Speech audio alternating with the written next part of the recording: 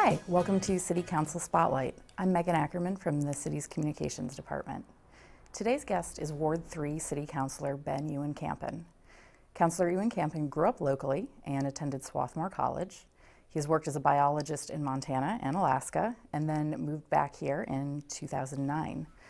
He now works as a biologist at Harvard Medical School and has worked on mentoring programs for students who are interested in science. He and his wife got married in Prospect Hill Park a few years ago and plan to raise their family here in Somerville. Welcome to the show.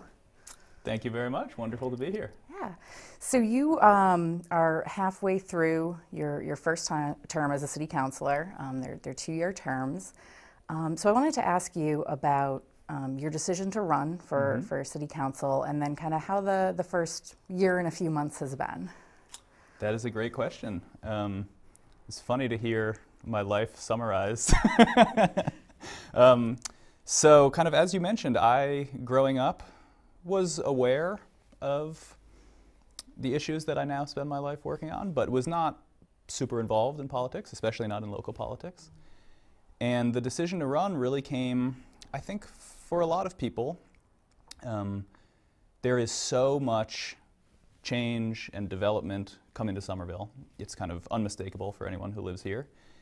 And I think there was kind of a growing sense that as all this wealth and kind of change pours into the city, we need to be working overtime to make sure that that is kind of shared by everyone in the community. I think most folks know that development in a city like Somerville, from a strictly kind of bottom line perspective, if you're just looking at the city's budget on a spreadsheet, more tax dollars is more money that you can spend on the things we all love, on schools, on roads, on parks, which are all completely critical to make this a wonderful place to live.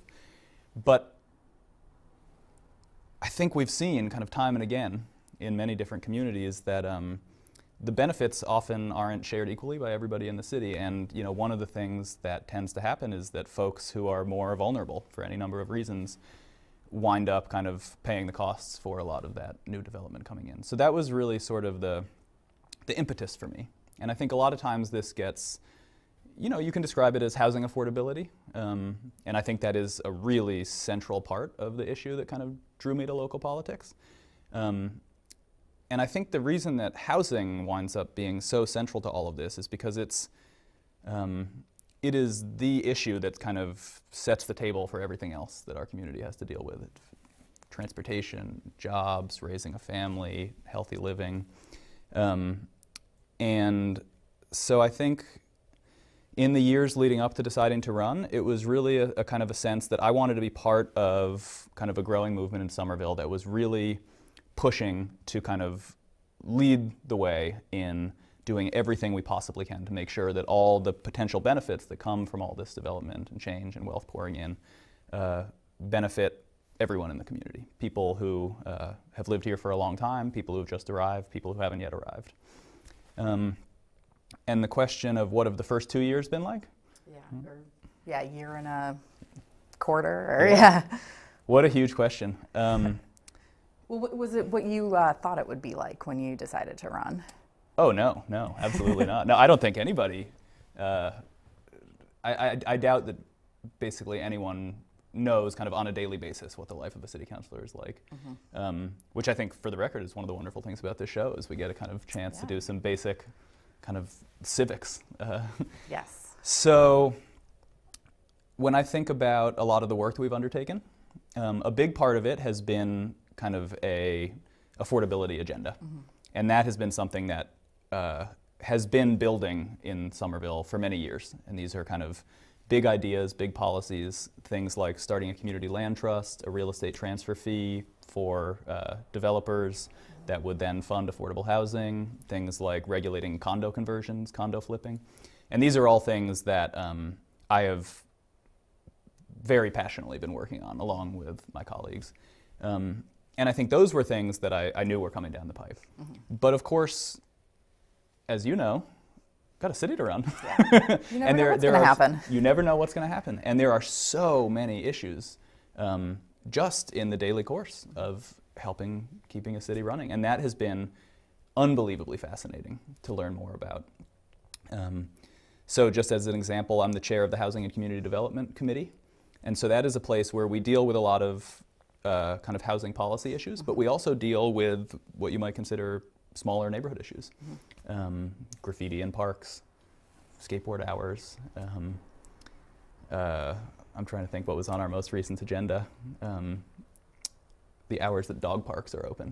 Okay. And these are not the kind of issues that I think anyone runs a campaign on, but they're incredibly important to people who live in the neighborhoods. And it's really, it can be challenging, and it's really fascinating to get involved in those. Sure. And I've also been able to, as the chair of the Housing and Community Development Committee, I serve on the Affordable Housing Trust Fund. There's one city council representative on that.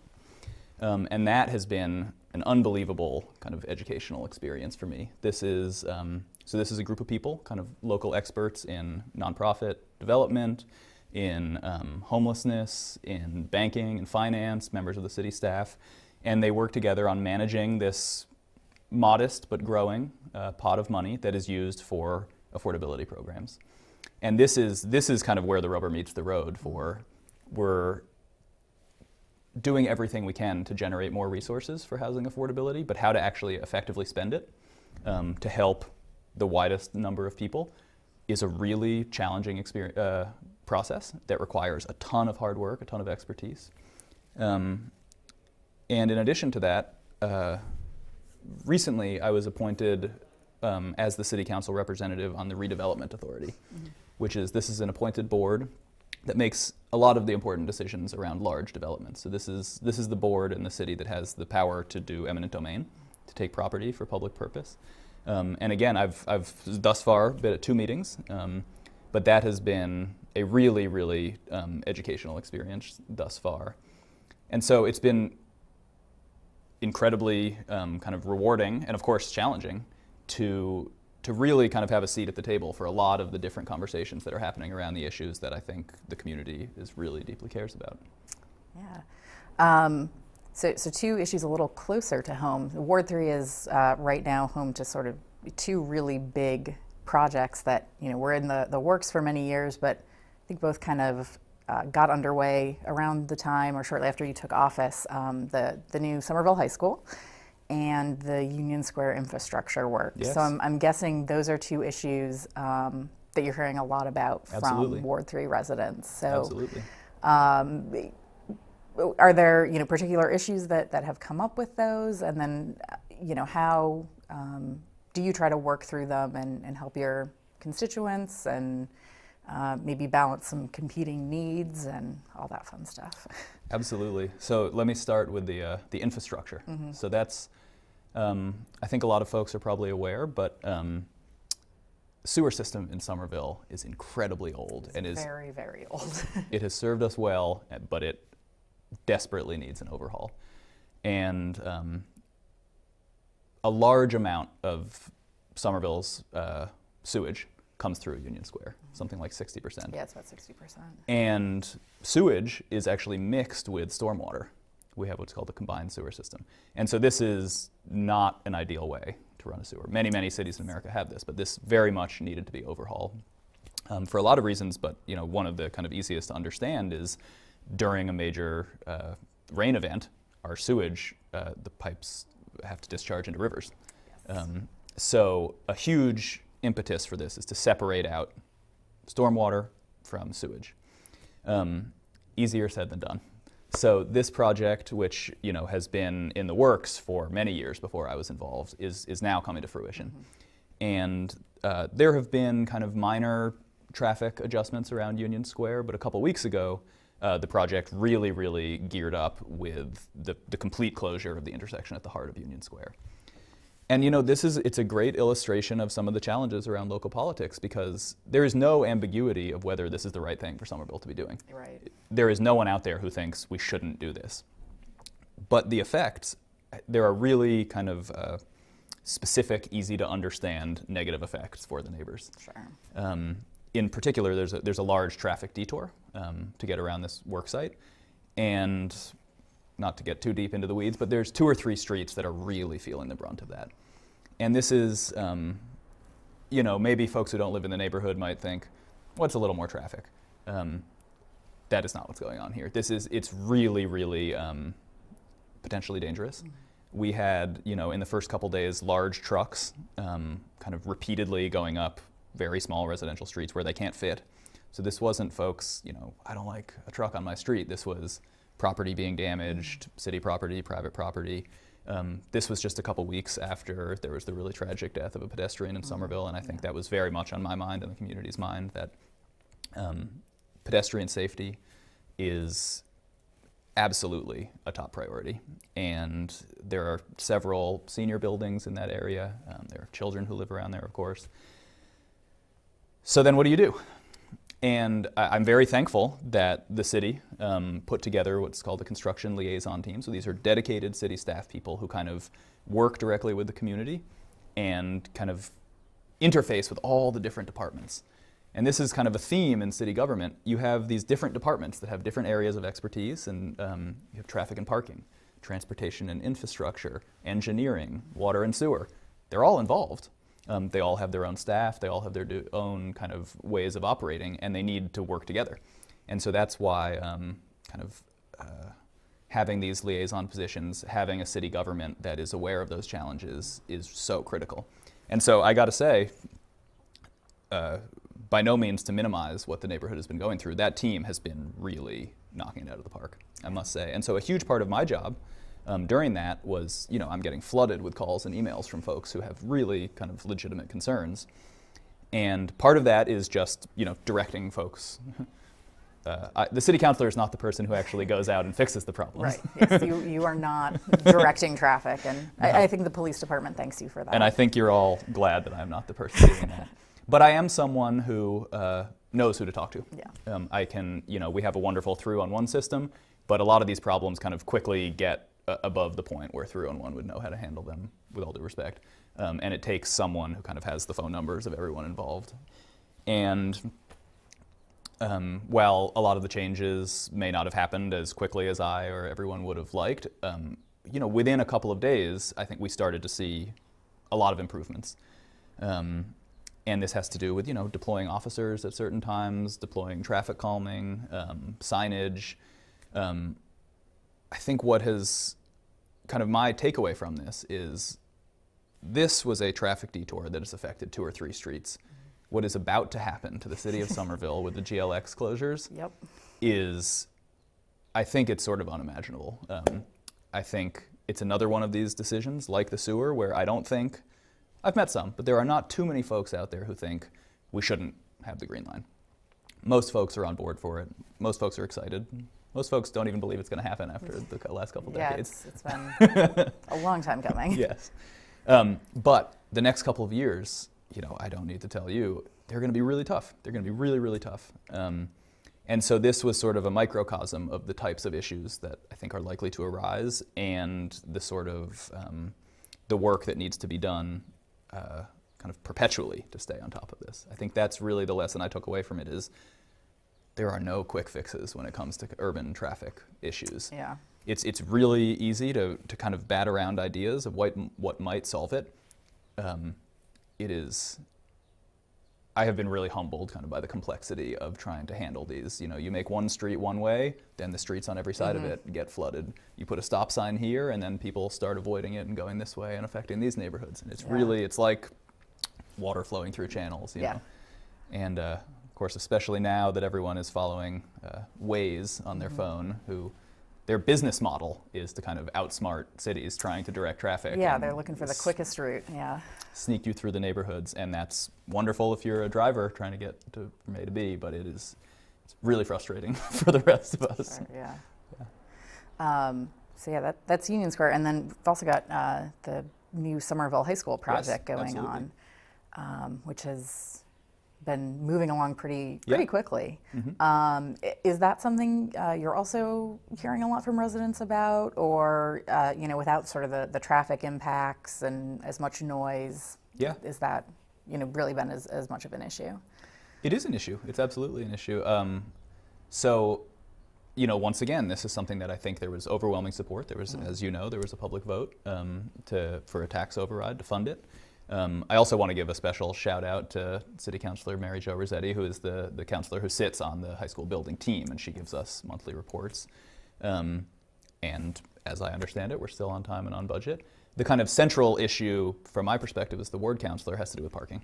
And this has been, I think, a serious frustration for the neighborhood, to be honest. This is, in the early versions of the plan, there was going to be a large parking garage.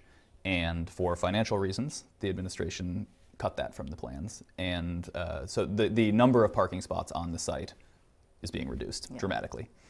And there have now been a number of studies kind of looking at how this will affect the neighboring streets. And I probably don't need to tell you, but this affects city staff, obviously, as well, who already have kind of been asked to park on the surrounding streets. And there is some nuance to those studies, but my read on them is basically there is not a ton of capacity on the neighboring streets. You know, parking availability, it's not a black and white issue in Somerville. I know, you know, I hear from folks all the time that there's nowhere to park. I hear from other folks, the street I live on, there's like parking all the time. It's really, really area specific. And if you look at the traffic studies, there are certain streets where, yeah, okay, probably another 10 or 20 people could park here a day. There are other streets, many of them right in that neighborhood, that are just full. They're just full. People don't have driveways. There's no place to park. And it's really frustrating, I think, for these folks to hear, well, there's going to be 150, 200 more cars. And I think we're all hopeful that there will be mitigation strategies. The city has, you know, committed staff time and resources to trying to come up with kind of creative ways. But, you know, to be perfectly honest, there is still a ton of frustration out there. We have these meetings where people come, vent their complaints, and I think they're all hoping there's going to be a parking garage. And to date, what we are told is there's not. I'm not someone who advocates for let's use our precious city land to build a lot more parking garages, but this is one, I think the issue here that, you know, kind of breaks my heart is when you hear from the teachers themselves saying, you know, I can't get here on a bus. I can't get here on a bike year round. You know, I can't afford to live in Somerville. I live elsewhere, and I need to drive to teach at the public high school. And those stories really kind of break your heart. So I am hopeful that we will find a way, but it certainly is not solved yet, and this will continue to be, I think, a real top priority for me and for the administration, I'm sure, too. And kind of somewhat related to that is that in a couple of years there will be a Green Line station right behind the high school, which may help some folks in terms of getting around. But you had also mentioned some upcoming Green Line traffic. So for folks, if they haven't heard yet, the first of a series of bridge closures is starting tomorrow. We're filming on March 21st, so on March 22nd. A section of Broadway is closing down to start to be able to do some work to allow the Green Line to come through. And I know in Ward 3 there isn't, one of the bridge closures isn't specifically in the ward, although the Washington Street Bridge is kind of on the border. It's a pretty small city. Well, and that's the other thing, you know, being a small city, even if something isn't in your neighborhood, it may still affect you if it's a big enough project. So in terms of the closures coming up, you know, how concerned do you think folks on you know, the Union Square side of the city are about it, or you know, are they kind of waiting for Washington Street and? Excuse me. I think that people are extremely concerned, and I think you know, let's keep things in perspective. It's a couple of years of a lot of construction. I don't want to blow this out of proportion, but this is going to be really, really rough, and we are all in this together. I think that's what, you know, we all need to keep in mind. We all live here, we all work here, but there is no way to sugarcoat this. I mean, there are going to be 3 major bridges in the city closed for almost a year, you know, not overlapping the entire time, but it will absolutely affect, I mean, Ward 3, and, you know, that's where my specific concerns are, but I do care about the people in other wards as well. Yeah, they don't live too far away. No, we all live very close together. And I hope that these detours work, and that it turns out the fear was overblown. Obviously, I hope that. But I think we need to be prepared for the fact that especially at the beginning as people are getting used to this, it's going to be really, really, really challenging. And I think it's going to be all hands on deck to, I think we need to keep in mind that the absolute top priority is safety, public safety. You know, commuting time, that is a major quality of life issue. And I just hope that everyone understands above that is making sure no one gets hurt. Absolutely, yeah. And, you know, some of the areas, the Broadway Bridge, the Washington Street, this is like trucking routes. These are like regional shipping routes. This is not just folks driving to work. This is a really serious amount of traffic. And I am approaching this with eyes wide open, I would say. And I know, you know, having had a lot of conversations with people working in many different city departments, I don't think it's an overstatement to say this is the top priority at this point. I mean, this is going to take up the focus and the energy of a huge amount of the city. Yeah, and you know, you're talking about safety. I know this is something that folks have been working on for well over a year. You know, police and fire, making sure they have, you know, different routes planned. They have, you know, help from other cities. So, like you said, everyone is like on this, and I'm sure at least for the next few months, as people kind of settle into their new routines, it's going to be a little bit tough. And let me say, I think, you know, as a politician, it would be a lot easier for me if there was someone I could point to and say, it's this person's fault. Right, yeah. Everybody get angry at this person. Right. I haven't found that person yet. In this case, I think Somerville is collectively trying to do a massive project as quickly as possible. And everyone that I've talked to working for the city, you look them in the eye and you can tell they are seriously doing everything they possibly can. Yeah. That doesn't mean that people aren't going to mess up here and there, and you know that we're not going to need to be pushed by constituents to get on top of things. But I have been really impressed by the kind of amount of energy and deployment that is going into this. Yeah, it's I can definitely say, for especially the past few weeks, it has been most of what we've all been focusing on. So we are eagerly awaiting this weekend to hopefully things go pretty smoothly for the first few days. And so, you know, you were talking about, you know, things like the infrastructure work in Union Square and, you know, GLX. These are complicated projects.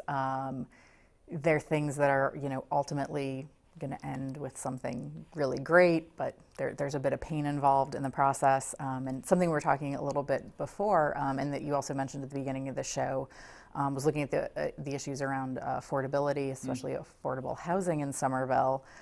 And I know that you know, the mayor's office as well as the council have been looking at a lot of different ways to potentially impact that. Yes. You know, we don't control the real estate market, but there are some other things around that. And you had mentioned some of the ongoing work around condo conversion ordinance, short-term rentals, instituting a transfer fee. And, you know, one thing we have been talking a little bit about too is that those are also all very complicated issues. You have, you know, people who are affected very differently about them. So I was wondering if you could talk a little bit about, you know, when you're looking at these complex issues, you know, what's your approach to try to, obviously you can't make everyone happy, but, you know, do the best by everyone that you can? That is a great question. So I think the reason that housing affordability is such a tough issue, there's a million reasons, but one of the reasons is because it manifests in so many different ways. So you have, you know, there's homelessness, right? There are folks who are unable to afford to live, to pay their rent, and they're living on the streets. Then you have folks who are working 4 jobs, do make a living, and basically are just trying to stay in Somerville, trying to figure out if they can stay. Then you have folks who are actually making pretty good money, you know, graduate students, people who work at a company, who are still seeing, you know, their rent is just going through the roof, and at a certain point they decide, enough, I gotta move. Then you have people who can afford to rent in Somerville, even as it goes up, but maybe they get married, they have a kid, they want to buy a house. All of a sudden, you count up how much money you have, you look at the cheapest house in Somerville, you gotta move. So it's an issue, and all of those issues, there's not like one policy that is going to affect all of those. These are really, really complicated. And so I try to keep in perspective that, you know, there are certain things that we can do right now as a city. And when I say that we can do right now, I mean we are constrained by state law in what we can actually do. Right. And then I try to think about what we could do as part of a larger movement. As Somerville kind of tries to work together with other cities, with advocates and activists in the community to kind of change the conversation around how housing functions in our society. And that, of course, is a much longer term kind of grassroots process that I truly believe that the local government can be a part of and help to kind of amplify that conversation. So when I think about things that we can really do locally, you know, investing Somerville funds directly into housing is something that I believe very strongly in. And that really goes towards, in a lot of ways, you know, folks who need the most assistance. You know, I can't tell you how many people I've talked to who live in Somerville housing who just tell me, if this apartment hadn't have been opened, I'd be sleeping on a subway grate. You know, last weekend I was at the Somerville Community Corporation. On the weekends, they host these leadership trainings. Many of the participants are folks who are new to Somerville, maybe immigrants. And we were all going around, everyone was asking me questions. It was this kind of fascinating conversation. They were all interested in the same issues that we're talking about now. And then one guy said, "Oh, I have a question. If I can't afford rent, can I sleep in my car?" And it sort of, you know, stopped us in our tracks. Yeah. Sort of like, this is... And I feel that Somerville, we have a absolute obligation. Somerville is doing really well. There is so much wealth pouring into Somerville. We need to directly invest in programs and in housing for folks who need it. So that's one thing we can do. Another thing we can do is, in some ways, regulate some of the just out of control speculation that's happening here. And that's where things like regulating Airbnb, the condo conversion ordinance, these might seem like small things, but they're not. In a city the size of Somerville, you know, we see several hundred condo conversions every year. Typically, tenants are just kind of evicted. Property is sold. They're flipped quickly, sold as condos. There's no moral issue with condos. I mean, I think that's the way that homeownership begins for many people in Somerville. But the kind of ease with which tenants are displaced during that process is really kind of immoral, in my opinion. Especially because we actually have an ordinance that's supposed to protect tenants that's been on the books, but because of a number of legal loopholes, it's basically been unenforceable for the last several decades.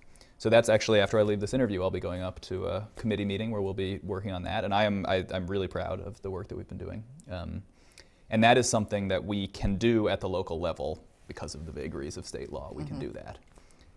Regulating Airbnb is another one where I think folks may imagine that this is kind of, you know, folks rent out an extra room in their apartment, which is certainly something that happens. I think folks would be really surprised to know how many two-family triple-deckers are bought by investors and just run basically as unofficial hotels in Somerville. And I think this is not what we want. We do not want our homes in Somerville to just turn into investment tools for kind of out-of-town corporations and LLCs. And if you look at the numbers, you can make a lot more money renting on Airbnb than you can just as a landlord to tenants. So we are not out to kind of shut down Airbnb, but we are very much out to make sure that kind of investors can't just buy up properties and run them as Airbnbs. And so I think that's the kind of regulation that, you know, we have approximately 34,000 housing units in Somerville. Out there right now, in the gray area legally, are around 800 Airbnbs. We have a city goal to add to our housing stock to kind of alleviate the housing crunch through building more housing. If we're doing that at the same time that we're allowing folks to just pull units off into Airbnbs, you're just, you know, the right hand is fighting the left hand. Right, yeah. I will say also, so I know that the real estate transfer fee got a lot of attention earlier this year. And part of So just so everyone knows, it's a fee that applies, owner-occupants are exempted from it, but it would apply to developers, speculators buying properties. And 1% of that, of the sale price would go to the Affordable Housing Trust Fund. This requires state approval. And currently it's stuck at the State House. But what's been really exciting since then is that Cambridge, Boston, several surrounding communities have now started to talk about this, and we see the movement start to build.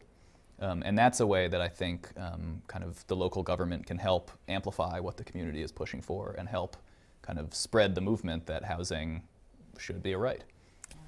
So unfortunately, the problem with complex issues is that they eat up our time very quickly. So we are out of time for today, but thank you so much for joining us. Thank you, Meghann. Thank you for tuning in, and we will see you next time on the City Council Spotlight. Thank you, Somerville.